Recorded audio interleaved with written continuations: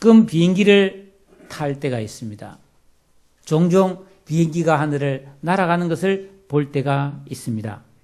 저는 아무래도 이해가 안 됩니다. 어떻게 비행기가 날아갈까? 큰 비행기를 타면 그 사람이 몇백 명이 탑니다.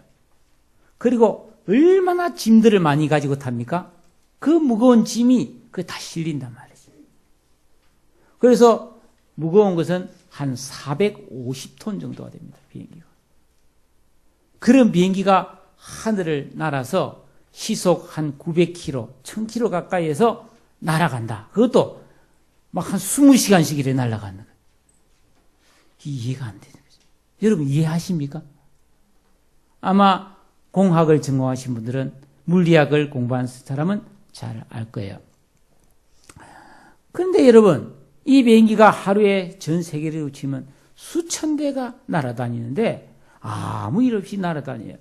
그래서 어쩌다 비행기를 타보면 거기에 근무하는 분들, 야, 저분들은 날마다 목숨 걸고 타나? 근데 아무렇지도 않아요. 평생 정년 퇴직 때까지 비행기 타고 잘 다닌단 말이죠. 참 안전하죠, 여러분. 그런 의미에서 비행기가 어떻게 그렇게 날아다닐 수 있을까? 저는 잘 모르지만 책에 그렇게 나와 있어서 말씀드립니다. 뉴턴이라고 하는 과학자가 있어요. 사과가 떨어지는 것을 보고 지구는 당기는 힘이 있다 하는 그 중력의 법칙을 발견한 분이죠. 그분이 1법칙, 2법칙, 3법칙 뭐 이런 걸 만들었는데 3법칙에 보면 비행기가 나는 것은 그 아이 장난과 같은 거라고 되어 있어요. 어떤 물체이든지 엔진을 돌려서 확 추력이라는 이 바람을 세게 내보내면 이 무게보다 더 큰 힘이 생겨서 뜬다는 거예요. 응? 그래서 땅은 당기는 힘이 있으니까 이게 땅에 붙어 있지만 일단 뜨면은 이제 그 힘으로 빠르게 날아갈 수가 있는 거죠. 근데 이런 간단한 법칙을 발견하는데 수천 년이 걸렸습니다. 근데 그 법칙을 모르면 지금도 와, 신기하다. 비행기가 어떻게 날아가나? 여러분, 저 미국이나 브라질이나 외국에서 축구하는 것도 텔레비전으로 방에 앉아서 지금 실시간으로 보고 있습니다. 그죠? 저는 가끔 선교사님들이 아프리카나 심지어 쿠바, 멕시코 전화가 옵니다. 받아보면 누구세요? 이러면 예, 멕시코에 이현 선교사입니다. 어디 한국 왔습니까? 아닙니다. 멕시코입니다.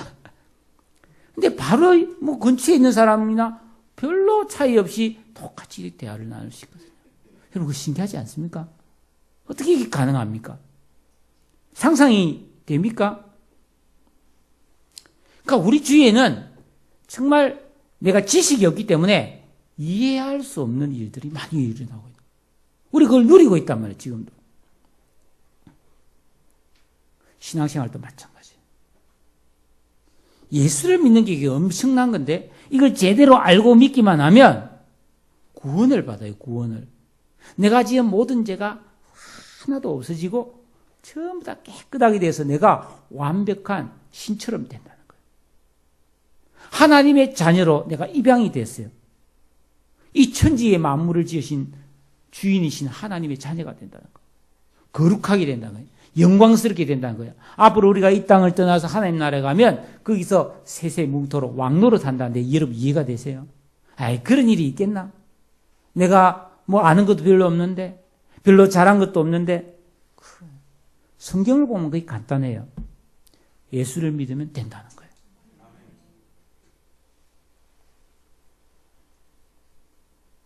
핸드폰도 이해가 안 되는 거 아닙니까?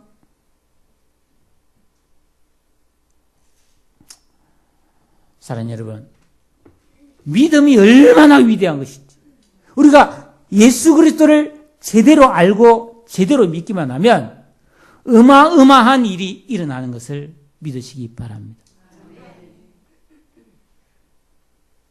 지금도 끝나고 나서 비행기 날아가는 거 보십시오. 저 쇳덩어리가 날아갔는데 놀라운 일이죠. 성경은 말해요. 여호와를 앙망한 자는 새 힘을 얻어서 독수리의 날개 치며 올라감과 같을 거다 그랬어요. 기운이 없습니까? 늘 피곤합니까? 하나님을 바라보세요. 하나님이 힘주시면 독수리가 날개 치며 올라간 것처럼 내가 자유롭고 위대하게 힘있게 살 수 있다고 성경이 말씀하고 있습니다. 비행기도 날아가는데 내가 왜 못 날아가겠습니까? 힘만 있으면 날아가지요. 근데 힘이 없어. 근데 하나님은 그런 힘을 줄 수 있다고 약속하고 있습니다. 모든 성경이 다 하나님 말씀이고 귀하신 말씀이에요. 근데 성경을 많이 연구한 학자들이 이구동성으로 하는 말이 이 성경 전체를 반지에 비유한다면 오늘 우리가 읽은 이 로마서는 그 반지에 박혀있는 귀한 보석과도 같다 그렇게 말했어요. 그만큼 이 로마서는 귀중한 말씀이에요.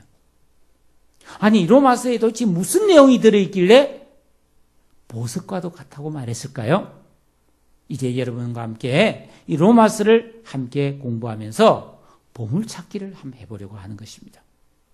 교회 역사를 보면은 이 기독교가 2000년을 지나오면서 수많은 위기가 있었어요. 이단들이 공격하고요. 이 사탄의 공격으로 기독교를, 교회를 말살하려고 하는 그런 막 그냥 사건들이 이루 헤아릴 수 없이 많았습니다. 그런데 하나님께서는 그때마다 위대한 인물을 한 명씩 세워서 그 위기를 극복하게 하셨는데 그때마다 사용된 가장 중요한 성경이 로마서라고 하는 거예요. 펠라기우스라고 하는 그런 사람이 있었어요. 아주 강력한 이단이었습니다. 이 이단이 공격했을 때 어거스틴이라는 사람이 쫙 나타납니다. 방탕한 사람이었습니다. 그런데 어느 날 로마서를 읽고 변화를 받아버려요. 방탕했는데 때가 한낮이니 술 취함과 방탕함을 버리고 이제 그리스도로 새 옷을 입으라. 그 성경을 읽고 변화를 받습니다. 로마서 13장이에요. 유명한 종교개혁자 마틴 루터라는 사람은 너무나 자기가 죄인이라는 죄책감에 빠져서 늘 시리에 빠져 살았습니다. 항상 얼굴을 찌푸리고 어떻게 하면 이 죄에서 벗어날까? 카톨릭의 가르침대로 로마 시내에 가가지고 그 성전의 계단을 무릎으로 기어 오르면서 하루 종일 회개를 했습니다. 그래도 안 되네. 그런데 어느 날 로마서 1장 17절을 읽다가 오직 의인은 믿음으로 말미암아 살리라. 그 말씀 듣고 벌떡 일어났어요. 그래서 기쁨을 회복하고 마침내 바른 신앙생활을 하자는 종교개혁을 일으키는 위대한 인물이 되었죠. 그 외에도 감리교를 세운 요한 웨슬레라든지 존 번연, 칼빈이라든지 헤아릴 수 없는 많은 사람들이 이 로마서를 통해서 그 영혼이 새롭게 되고 위대한 하나님의 사람으로 변화되어서 자기 삶에서 승리하는 그런 복 있는 인생이 되었던 것입니다. 우리도 이 로마서를 공부하면서 놀라운 변화와 새로운 가치와 여러분의 사명과 길을 발견할 수 있기를 주님의 이름으로 축복합니다. 이 로마서는 1장 7절을 보니까 누구에게 보내주냐면 사도 바울이 로마에서 하나님의 사랑을 받고 성도로 부르심을 받아서 신앙생활을 하고 있는 사람에게 준 말씀입니다. 이 로마서는 복음에 대해서 기록한 책인데 로마에서 신앙생활을 하고 있는 성도들을 보고 읽으라고 보냈습니다. 우리가 조금 의아하지 않습니까? 아니 우리는 예수 믿었으니까 복음은 이제 다 들은 사람인데 왜 복음이 필요합니까? 그렇죠. 복음은 원래 믿지 않은 사람에게 필요한 겁니다. 그런데 동시에 믿고 있는 우리에게 복음은 더욱더욱 필요한 줄로 믿습니다. 왜냐하면 우리 교회에는 예수를 믿고 구원을 받았지만 아직 복음을 잘 이해 못하고 있는 분이 너무 많아요. 마치 우리가 비행기를 타면서도 이 비행기가 어떻게 뜨는지 모르는 것 같아요. 텔레비전을 보면서 이 텔레비가 원리가 뭔지를 모르는 사람이 있을 수 있어요. 그렇죠? 저도 모릅니다. 왜 어떻게 텔레비가 나오는지 설명해 달라면 저 모릅니다. 그냥 털 줄만 알죠. 우리가 와서 예배도 드리고 기도는 할 줄 알지만은 이 복음이 어떻게 해서 이렇게 이 세상에 왔고 내가 이 예수를 믿게 됐는지 그 복음의 비밀을 모를 수 있다는 거죠. 그렇기 때문에 우리는 복음을 배워야 하는 것입니다. 또 우리가 예수 믿고 구원을 받았지만은 영적으로는 어린아이의 단계에 머물러 있는 경우가 많이 있습니다. 어린아이는 여러분, 이 세상에 살아도 이 세상의 기쁨과 즐거움을, 그 풍성함을 잘 모릅니다. 기껏해야 뭐 장난감, 뭐 맛있는 사탕, 뭐 그런 것만 좋아하죠. 그래서 뭐 저는 집에서 맛있는 요리를 해가지고 먹으라면 잘 안 먹습니다. 대신에 단 거, 뭐 콜라 이런 것만 먹는데 속 터지지 않습니까? 아니 이렇게 맛있고 영양가 많고 이렇게 많은데 그거 먹고 앉아 있냐고 말이지. 애들 데리고 어쩌다가 뭐 잔치 같은 데 가서 뷔페 가잖아요. 가면 뭐 먹는 줄 아세요? 콜라 먹고 뭐 김밥 몇 개 갖다 놓고 그만 꼴짝 먹고 있습니다. 첫 판부터 아이스크림부터 먹으려고 덤비거든요. 아니 고기도 좀 먹고 좀 맛있는 거 좀 먹고 그건 나중에 먹으면 되는데 왜 그러죠? 그 안에 있는 음식의 풍성함을 보지 못하는 거예요. 알 수도 없어요. 그 나이에서는. 우리도 그럴 수 있다는 거예요. 우리가 예수를 믿지만 이 믿음 안에 있는 하나님의 놀라운 풍성함, 그 놀라운 은혜들의 그 기쁨과 그 평안과 그 놀라운 정말 행복감, 영적인 만족감, 이걸 잘 모른다고 말이죠. 그래서 여러분 이 복음을 우리가 충분히 누리고 알 수 있는 이 로마서를 배워야 할 줄로 믿습니다. 예. 우리가 이 복음을 제대로 모르면요, 예수를 믿긴 믿지만 영적으로는 늘 궁핍해요. 그래서 갈등과 슬픔이 많고 염려와 근심이 많아서 늘 이 믿지 않는 사람과 별 차이 없이 이 세상을 그냥 허덕허덕하면서 살게 되는 거예요. 네? 바울이 이 로마서를 로마에 쫙 보내고 나서 얼마 있지 않아서 로마의 네로라는 황제가 딱 왕이 됐어요. 그래서 기독교인들을 막 그때부터 박해하기 시작하는데 막 예수 믿으면 잡아다가 그 큰 원형 경기장에 집어넣고 막 사자를 풀어서 먹게 하고 말이죠. 짱대에 높이 달아놓고 막 불을 질러가지고 화형시키고 그랬습니다. 그런데 우리가 코바디스라든지 이런 영화를 보면 로마의 그리스도인들은 구차하게 그것을 면하거나 피하지 않았어요. 기쁘게 웃으면서 그 벌을 다 받았어요. 그것도 우리가 이해를 못하는 거예요. 그죠? 이해 못합니다.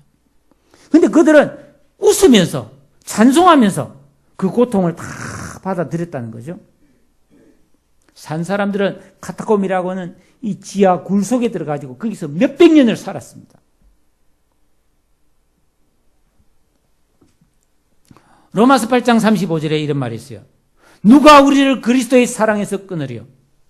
환난이나 곤고함이나 핍박이나 기근이나 굶주림이죠. 적신이나 헐벗음이죠. 위험이나 칼이랴. 아무도 우리를 그리스도의 사랑에 끊을 수 없다. 이런 로마서의 말씀을 듣고 이겨내지 않았을까 생각합니다. 이 모든 일에 우리를 사랑하시는 이로 말미암아 우리는 넉넉히 이긴다. 이 말씀이 로마서에 기록되어 있습니다. 정도의 차이는 있지만은 여러분 우리도 나름대로 고생하면서 살지 않습니까? 속상함이 있지 않습니까? 내 뜻대로 안 되는 답답함이 있지 않습니까? 이대로 내가 그냥 인생이 마쳐지는가? 정말 잘 안 되네. 이런 기분을 느끼고 또 실제로 여러 가지 인생의 고통과 질병 속에서 힘들게 살아가는 분들이 있죠. 또 지병이 있으면은 이게 평생 달고 살아야 되는 이 고통이 참 크지 않습니까? 네. 이 모든 사람들이 필요한 것이 있어요. 그게 복음입니다. 복음은 모든 우리의 곤고함이나 괴로움이나 아픔을 이기게 하는 능력이 되고 실제적인 힘이 되는 것을 믿으시기를 바랍니다. 사랑하는 여러분, 주님께서는 우리를 향하여 사랑을 통해서 크고 비밀한 일을 예비하고 있습니다. 우리를 축복하십니다. 그거를 기대하시면서 이 말씀에 여러분들도 함께 동참하시기를 축복합니다. 보물찾기입니다. 보물찾기. 예? 자, 사도 바울은 이 로마서를 기록하면서 나는 사명이 있는데 복음 전할 사명을 받은 사람이다. 그랬어요. 그렇죠. 예수님은 예수를 모르고 하나님을 모르는 이방 사람들에게 복음을 전하려고 바울을 택하여 사도로 삼았습니다. 근데 바울이 말합니다. 나는 이 복음을 먼저 로마에 있는 사람에게 전하기를 원한다라고 15절에 말하고 있어요. 복음이 뭐길래? 이 복음이 뭐길래 사도 바울은 목숨을 걸고 그걸 전하려고 했을까요? 16절에 보면 그 답이 나옵니다. 이 복음은 모든 믿는 자에게 구원을 주시는 하나님의 능력이 된다고 말하고 있어요. 복음이 뭐냐? 모든 그 복음을 믿는 사람에게는 구원을 주는 하나님의 능력이라고 되어 있어요. 여러분, 모든 사람에게 구원이 필요합니다. 이 구원은, 가장 중요한 구원은 우리가 지은 모든 죄를 용서받아서 천국 가는 구원을 말합니다.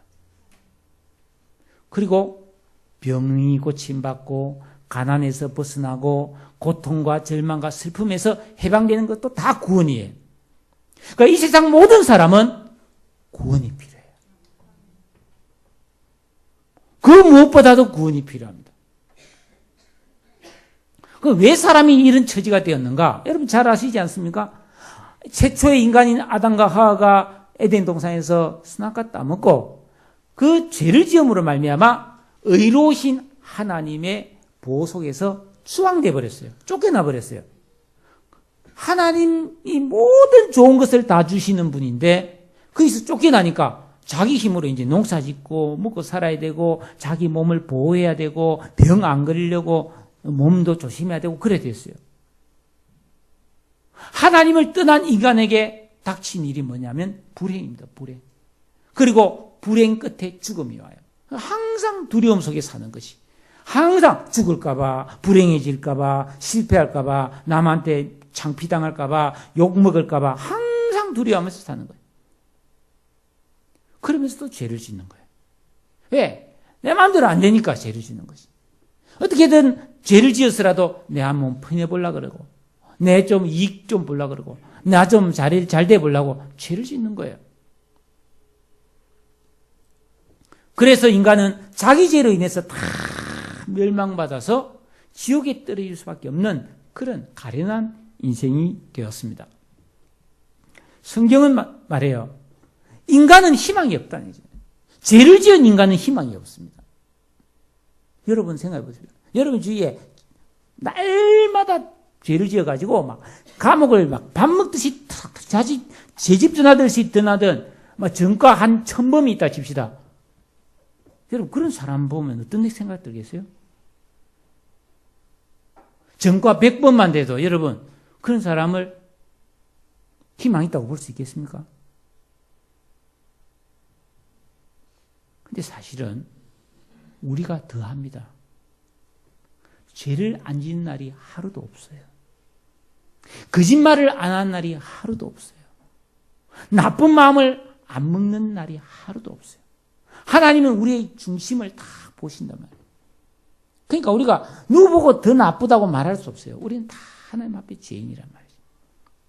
예? 사람은 이런 조금만 자기를 생각해 보면 내가 참 죄인이구나 하는 걸 알 수밖에 없어요. 그래서 이것을 벗어나 보려고 종교를 만들고 도덕과 윤리를 만들고 법을 만들고 그래 착하게 살자고 하고 아름다운 것을 만들어 놓고 거기서 한번 내가 쉬면서 좀 마음을 위로받으려고 그러고 예술을 만들어 가지고 예술 감상을 하면서 좀 문학을 읽으면서 음악 감상을 하면서 미술을 그림을 보면서 그 참 상처받은 마음을 위로받으려고 하는데 그때뿐이에요. 방법이 없습니다. 우리가. 모든 사람이 죄를 범하였음에 하나님의 영광에 이르지 못했고 사람은 자기 행동으로는 하나님 앞에 의롭다고 인정받을 사람이 없다고 성경이 되어 있어요. 희망이 없어요. 다 지옥 가야 됩니다. 하나님 보실 때 괜찮은 사람이 한 사람도 없어요. 이 세상에. 다 죄인이에요. 다 타락했어요. 그런데 하나님께서 길을 하나 만들어주세요. 그것을 이 바울은 로마서 1장 17절에서 이렇게 말합니다. 복음에는 하나님의 의가 나타나서 믿음으로 믿음에 이르게 하나니 기록된 바 오직 의는 믿음으로 말미암아 살리라. 이에서 제일 중요한 단어가 하나님의 의라는 겁니다. 이 말은 간단한 이야기입니다. 어떤 이야기냐면 사람은 다 죄인이라서 자기 힘으로는 그 죄를 씻을 길이 없어요. 왜? 하루도 죄 안 짓는 날이 없으니까 죽을 때까지.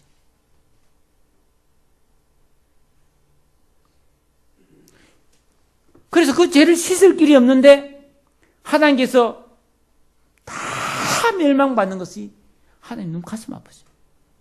그래서 하나님의 의, 죄 없으신 하나님의 의 예수 그리스도가 와서 그 인간의 죄를 대신 담당해 주시는 거예요. 그래서 복음, 이 예수를 믿으면 네 죄를 다 없애준다. 이게 복음입니다. 그러니까 살 길이 열린 거예요. 예수만 믿으면 된다는 거예요. 예수를 마음에 믿고 모셔드리면 네 죄를 다 용서해 주셔서 다시 하나님 품에 올 수 있게 해주신다라고 하는 겁니다. 그래서 예수님이 이 세상에 태어났을 때 천사들이 뭐라 했냐면 온 백성에게 미칠 큰 기쁨의 좋은 소식이다. 그렇게 말씀한 겁니다. 할렐루야. 그렇습니다. 그러니까 예수를 믿으세요. 그러면 내 죄가 사해지고 내가 죄 때문에 잃어버린 모든 불행과 슬픔과 질병과 죽음과 괴로움과 모든 것이 다 해결된다는 거예요. 그래서 이것을 복음, 복된 소리, 굿 뉴스, 너무 좋은 소식이라고 말하고 있는 것입니다. 그런데 예수 믿는 우리를 비롯해서 믿지 않는 이 세상 사람들은 이 하나님의 의를 잘 몰라요. 이게 얼마나 대단한 건지를 모르고 있습니다. 왜냐하면 자기 자신이 죄인이라는 것을 그렇게 깊이 느끼지를 못합니다. 여러분 어떻습니까? 정말로 내가 죄인이다 이게 느껴지세요? 제가 얼마 전에 우리 아들하고 막 대화하다가 너 죄인 중에 괴수야 임마 이랬죠. 그러니까 내가 왜 죄인 중에 괴수냐? 나도 그래. 나 요새 죄 별로 안 짓는데 그러더라고. 난 니를 다 잘 모르지만 너 하루에 100번 이상 거짓말 할걸? 거짓말 전에는 많이 했는데 요새는 별로 안 하는데요. 여러분 어떻습니까? 여러분 옛날보다 좀 착해졌다고 생각하십니까? 아닙니다. 여전히 죄인입니다. 우리가 감옥에 가지는 않았더라도 저도 아직 경찰서에 한번 잡혀가 본 적 없습니다. 그렇지만 죄가 많습니다. 죄가 뭔지를 사람들이 잘 몰라요. 이 18절에 보면 죄가 뭐라고 되어 있냐면 하나님의 진노가 불의로 진리를 막는 모든 사람들의 경건치 않음과 불의에 대하여 하나님 진노했다고 되어 있어요. 여러분 하나님이 생각하는 죄는 두 가지입니다. 크게. 경건하지 않은 것과 불의. 이 경건하지 않다는 말은 하나님에 대해서 잘못하는 겁니다. 둘째, 불의란 것은 사람에게 잘못하는 겁니다. 올바른 삶은 하나님을 사랑하고 이웃을 내 몸처럼 사랑하는 겁니다. 믿습니까? 근데 우리가 하나님께 잘못하고 하나님 사랑 안 하는 거지. 그리고 다른 사람한테 잘못하는 게 모든 죄의 뿌리예요. 여기서 모든 죄가 다 나오는 것입니다. 여러분 사람들이 이 세상에서 출세하고 성공하고 인기 얻고 명예 얻고 부귀영화를 누리면서 놀러 다니는 것을 인생의 성공이라고 생각합니다. 어렵게 그래서 얻어봤자 그 사람이 하나님을 모르고 하나님에 대해 관심도 없고 하나님을 높이지 않으면 그 사람은 불경건한 죄인이기 때문에 지옥 갑니다. 여러분 결혼하신 분들 남편에게 진심으로 잘하지 않는 아내 불의한 죄입니다. 성경에 그리 되어 있잖아요. 복종하지 않는다. 불의한 겁니다. 성경이 아내들 보고 남편이 복종하도록 되어 있거든요. 남편들도 마찬가지입니다. 아내를 아껴주고 사랑하고 돌보지 않으면 그 불의한 죄이기 때문에 지옥 갈 죄입니다. 자식들에게 잘못하고 부모님께 잘못하고 친구나 이웃에게 못되게 구운 사람 다 불의한 죄인으로 지옥 갑니다. 자기 몸처럼 사랑하기는커녕 못되게 굴었잖아요. 가슴 아프게 하는 거 죄입니다, 여러분. 다른 사람은 가슴 아프게 하는 게 얼마나 큰 죄인데. 근데 사람들이 타락해서 그걸 죄로 생각하지 않는다는 겁니다. 못된 짓 하고 못된 말 많이 하면서 자기는 그래도 괜찮은 사람이라고 자꾸 착각하고 있는데 하나님께서는 정말 정신 차리라고 말하는 겁니다. 교만한 거, 남을 무시하고 말 함부로 하고 말이죠. 예? 나보다 조금 뭐 못하거나 이러다고 말 함부로 하는 거 불의한 죄입니다. 그 지옥 갈 죄예요.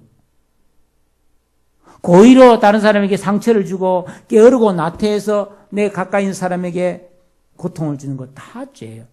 돈 좋아하고 노는 거 좋아하고 사람 만나는 거 좋아하고 이 세상에 있는 물건들을 하나님보다 더 좋아하면 다 죄예요, 그거. 여기에 해당되지 않을 사람이 없는데 우리는 다 그렇게 사니까 그게 그냥 뭐 괜찮은 삶처럼 느끼지만 아니에요. 이거 누가 결정하냐? 하나님이 결정하는 겁니다. 우리가 결정 못합니다. 죄인에게는 미래가 없습니다. 지옥, 형벌, 불구덩이만 예비되어 있을 뿐입니다. 세상 모든 사람이 이 길을 갑니다.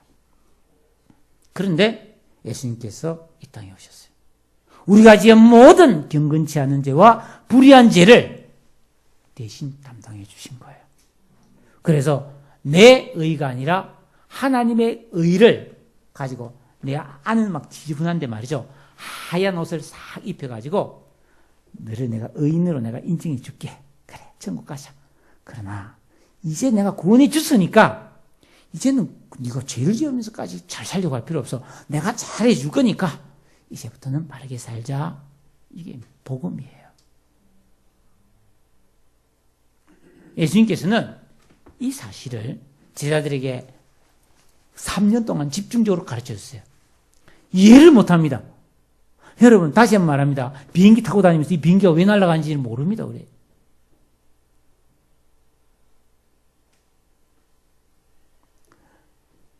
여러분 제자들도 모릅니다. 예수님 돌아가시고 나서 부활하신 걸 보고 정신이 들었고 기도를 하다 보니까 성령 충만 받으니까 그제서야 빵 하고 이해가 된 거예요.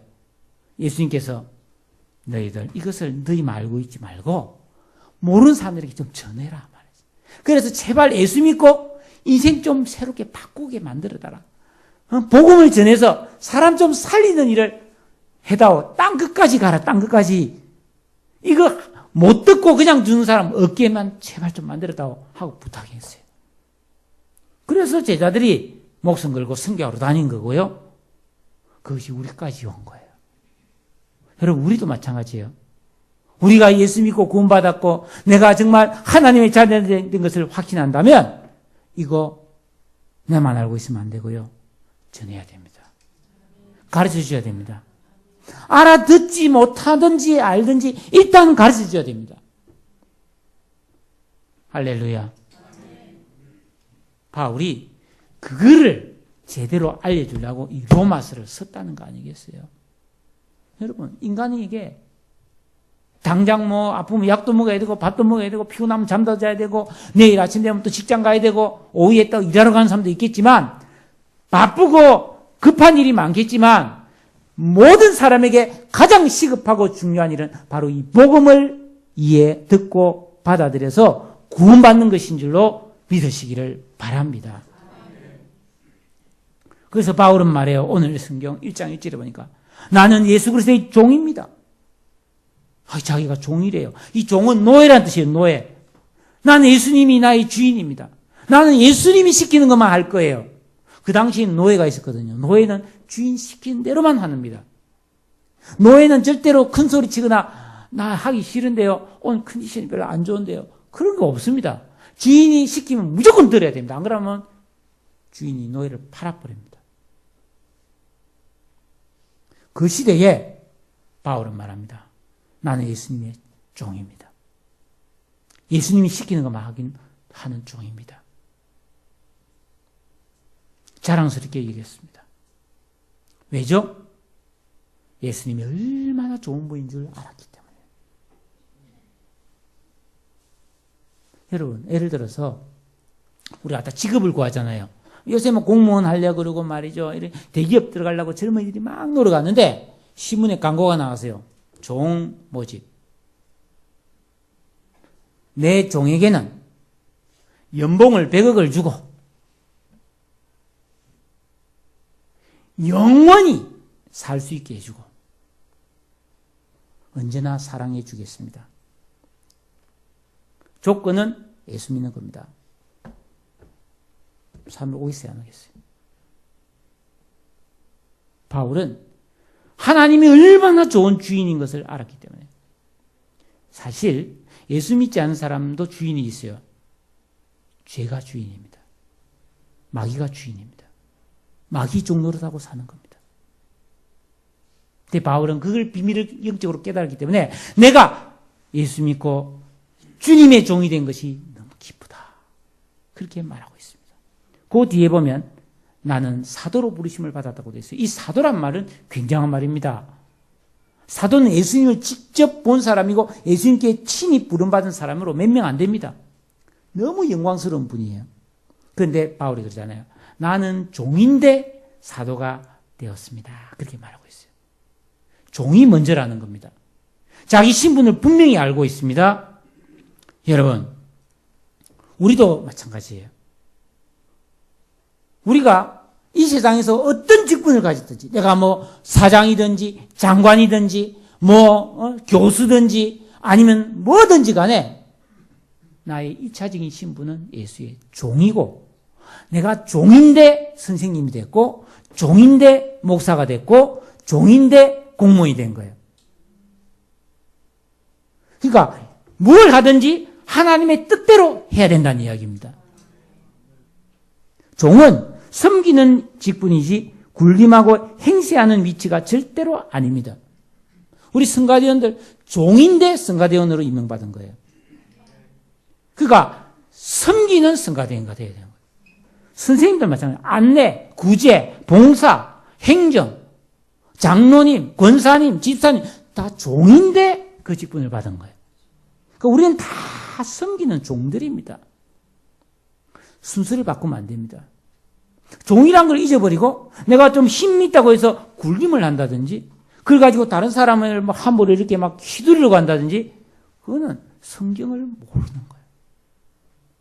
종으로서 목사가 된 거예요. 그래서 우리는 이 종으로 충성하면 그 받을 상이 크고 영원합니다. 마태복음의 24장에 보면 종 둘이가 나와요. 착하고 충성된 종은 주인을 기쁘시게 해서 받을 상이 커요. 근데 어떤 종은 주인이 없을 때 동료를 때리고 다른 친구를 먹고 마시고 방탕한 종이 있었어요. 주인이 와서 엄히 때리고 쫓아내버려요. 예. 그래서 슬피 울며 이를 갈면서 멸망당했다고 되어 있습니다. 마태복음 24장에 나옵니다. 우리 여러분, 이 세상 살 때 내가 어떤 신분을 가졌든지 돈이 많든지 적든지 종으로서 겸손히 사는 것이 하나님 보시기에 복 있는 삶인 줄로 믿으시기를 바랍니다. 바울은 말했어요. 나는 종인데 사도로 부르심을 받아서 하나님의 복음을 위하여 택함받았다. 바울의 신분은 종이에요. 복음을 위하여 부르심을 받았어요. 나는 복음 전하는 것이 사명이에요. 바울은 자기가 누군지가 분명해요. 여러분 한번 물어봅시다. 여러분 정확한 신분이 뭡니까? 내 신분이 뭐냐고요?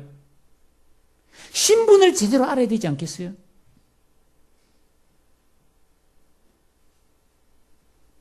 내가 이 세상에 사는 목적이 뭡니까? 그걸 분명히 해야 제대로 살 거 아닙니까? 여러분, 이 로마서 공부하면서 정말로 내가 누군지를 여러분 찾으시기 바랍니다. 나는 최종근이 아니에요. 이름은 바꿀 수 있는 겁니다. 그렇죠? 내 직업이 내가 아니에요. 직업도 언제든지 바뀌는 거 아닙니까? 진짜 내 신분이 뭐예요? 바울은 나는 예수 그리스도의 종인데 사도로 부름받은 내 신분입니다. 그렇게 고백하고 있습니다. 여러분, 자기가 누군지 모르면은, 자기가 사명이 뭔지 모르면 인생의 어려움과 괴로움이 오면 그냥 사람이 막 정신을 못 차리게 됩니다. 내가 누구지도 모르고 뭐하는 사람인지도 모르니까 지금 어려움이 왔으니까 갈팡질팡 하는 거죠. 그러니까 죄도 지을 수 있고 뭐 별짓 다 할 수 있습니다. 그러나 내가 누군지 알고 내가 무슨 일을 해야 되는 사람인지 알고 있으면 어려움이 와도 흔들리지 않고 기도하는 거예요. 하나님 앞에. 예? 여러분 신분을 분명히 하시기를 축복합니다. 내가 무엇을 해야 될 사람인지 분명히 하시기 바랍니다. 주님의 이름으로 축복합니다. 그것만 정해서도요, 내 인생 반은 성공인 겁니다. 이제 그거 하면 되잖아요. 그렇게 살면 되잖아요.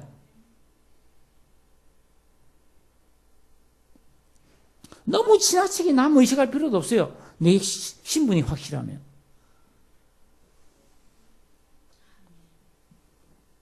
두 번째로 바울은 2절에서 이 복음은 하고 복음을 설명하면서 이 복음은 하나님이 만드는 건데 그 내용은 그 아들에 관한 거다. 그렇게 말하고 있어요. 복음은 하나님이 만드신 거고요. 그 복음의 내용은 그 아들 예수에 대한 거예요. 복음은 예수를 빼고 말할 수 없어요. 우리가 잘 되는 거 예수 빼고는 말할 수 없어요. 여러분, 제가 지난주에도 말씀드렸죠. 이 땅에서 어렵게 성공하는데 그게 진짜 잘 된 게 아니라 그랬죠. 그 일회용. 여러분, 일회용 젓가락이 아무리 예쁘면 뭐합니까? 그 조각을, 세계적인 인물이 나무젓가락에 조각을 해주세요. 세계적인 화가가 그림을 그려주세요. 라면 한 번 먹고 버릴 건데. 뭐예요?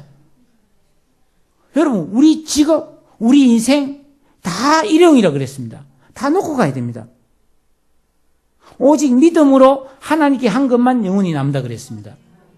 여러분, 일회용에 힘 빼지 마시기 바랍니다. 네?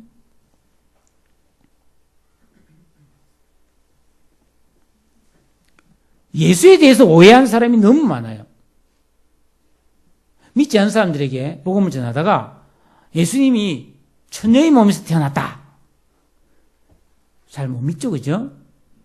불쑥 이렇게 갑자기 말은 그러면 이게 지어냈다고 말할 수 있는데 이것은 예수님이 태어나기 800년 전에 이미 선지자 이사야가 말했어요. 보라, 처녀가 잉태하여 아들을 낳을 것이요 그 이름을 임마누엘이라 하리라. 이사야 7장 14절에 있습니다. 이게 무슨 말이냐면 쉽게 말하면 이사야야, 내가 비밀 하나 말했으니까 사람들에게 미리 말해서 기록해놔라. 앞으로 언제인지 모르겠지만 진짜로 처녀가 아들을 낳거든 그 아들이 바로 내가 보낸 메시아다. 이 세상을 구원할 사람이다. 이거 딱 적어놔라 그래. 그 말이에요. 그 말. 몇 해 전에 이런 책이 나왔어요. 예수는 불교 신자였다. 이런 책이 있었어요. 석가모니의 제자였다. 그 내용이 들어있습니다. 여러분, 예수님이 부처인 석가모니보다 몇백 년 뒤에 태어난 게 사실이에요. 그런데 그는 잘 모르는 거예요. 예수님은 태어나기는 부처보다 늦게 태어났지만 예수님은 창세전에도 계셨던 분이에요. 석가모니가 이 세상에 태어나기 수천 년 전에 미리 약속하시고 예언된 분이라는 거예요.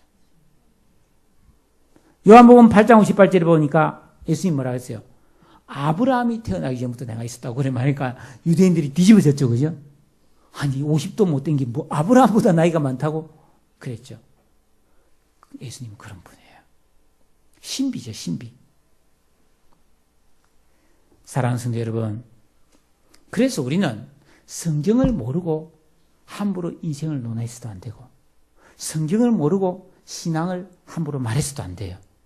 우리가 성경을 제대로 보고 나서 성경적인 사람이 된 다음에 인생도 논하고 이 세상 일을 논해야 됩니다. 그래야 그게 오류가 없어집니다.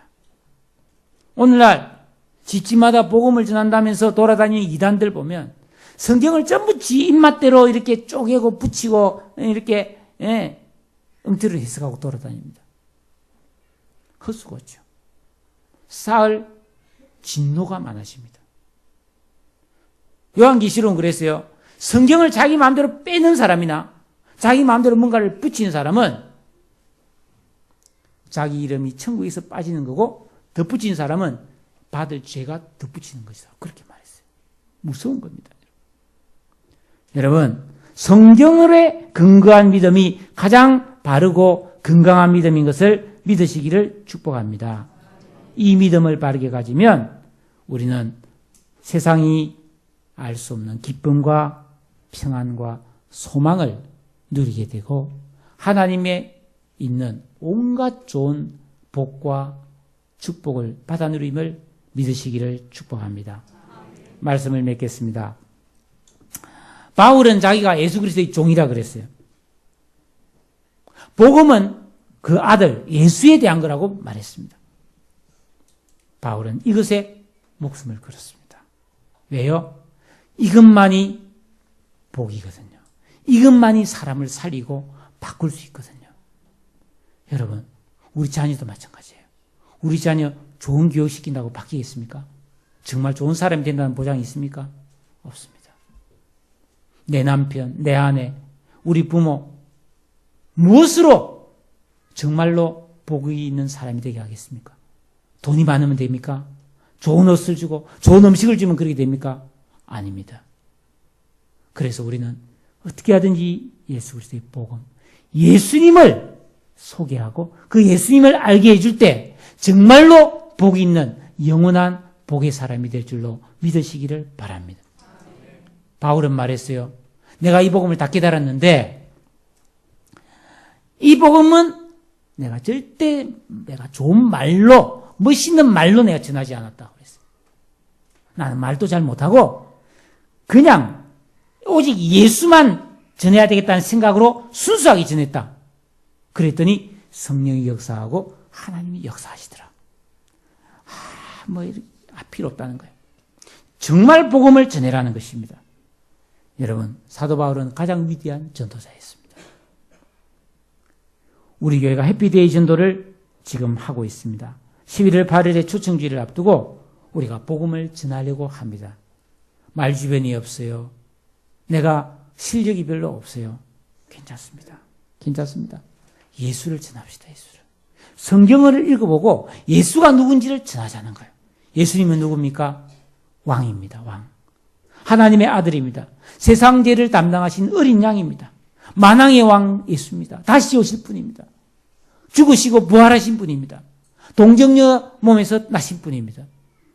창세전에 계셨던 분입니다. 우리 이 예수를 전합시다. 믿고 안 믿고는 하나님이 하실 일이고요. 우리는 이 복음, 순수 복음, 예수님이 하신 일, 예수님이 우리에게 해준 일, 그거를 자랑스럽게 사랑으로 전할 수 있는 그런 믿음의 사람으로 쓰임받기를 주님의 이름으로 축복합니다. 할렐루야. 그럴 때 하나님이 내게 어떤 은혜를 주시고 어떤 복을 주시고 나를 얼마나 귀히 여기시는지를 이번 기회에 한번 체험해 봤으면 좋겠습니다. 복음의 사람이 됩시다. 복음을 전하는 사람이 됩시다. 기도합니다. 오늘 말씀 여러분 들으셨습니다. 참 딱딱한 말씀인데 여러분이 경청해 주신 것을 감사하고, 하나님 이 말씀 충분히 소화하고 내가 복음의 사람이 되고 예수의 사람이 되고 그 예수를 나타내고 전하는 사람이 되게 해 주시옵소서. 예수를 더 많이 알도록 가르쳐 주시옵소서. 다 같이 한번 동성으로 기도하겠습니다. 하나님 아버지.